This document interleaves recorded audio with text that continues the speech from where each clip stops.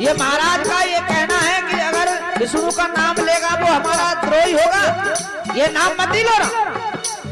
प्रहलाद जी कहने लगे हमें कम सुनो पर तो हम तुम्हारे पास में आकर के सुनेंगे क्या कह रहे हैं। प्रहलाद जी गए और उन सिपाहियों के दोनों गर्दन पकड़ करके बाहर से अंदर कर लिए।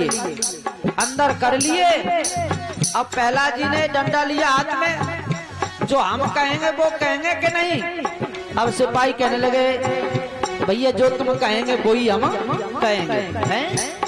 अब तो वो भी कहने लगे, क्या कह रहे हैं?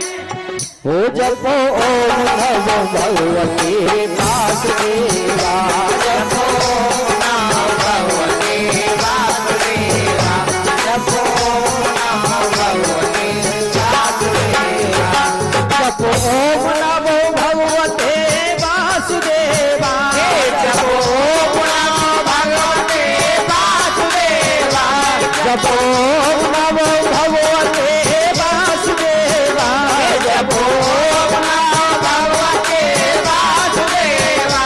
इस कारण इसको लेने से इस कारण तरण सब का होगा, इस कारण तरण सब का होगा, जपो नमो भगवते वासुदेवा, जपो ओम नमो भगवते वासुदेवाय। इससे क्या होता है? तारण तरण हो जाता है। सभी इसी को कहने लगे थे। उसी समय गुरुजी महाराज आते हैं। गुरुजी ने कहा ये क्या हो रहा है?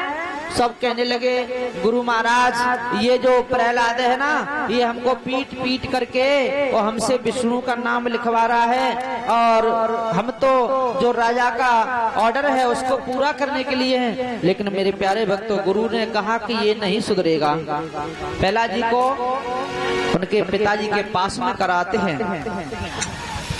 हिरण्यकशिपु ने कहा कि ऐसे नहीं ये मानेगा, विष्णु का नाम नहीं ये भूलेगा। तो उसी समय उन्होंने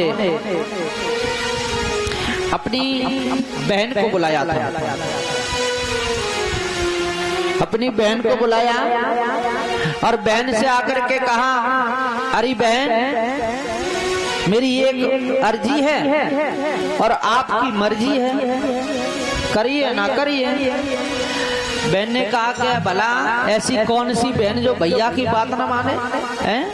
अवश्य मानेंगे, ऐसी कोई बात नहीं है। तो उन्होंने कहा ऐसा है कि आप किसी तरीके से कैसे भी मेरा ये पुत्र है प्रहलाद, इसका तू वध कर दे तो मैं तेरे को बहुत कुछ इनाम दूंगा।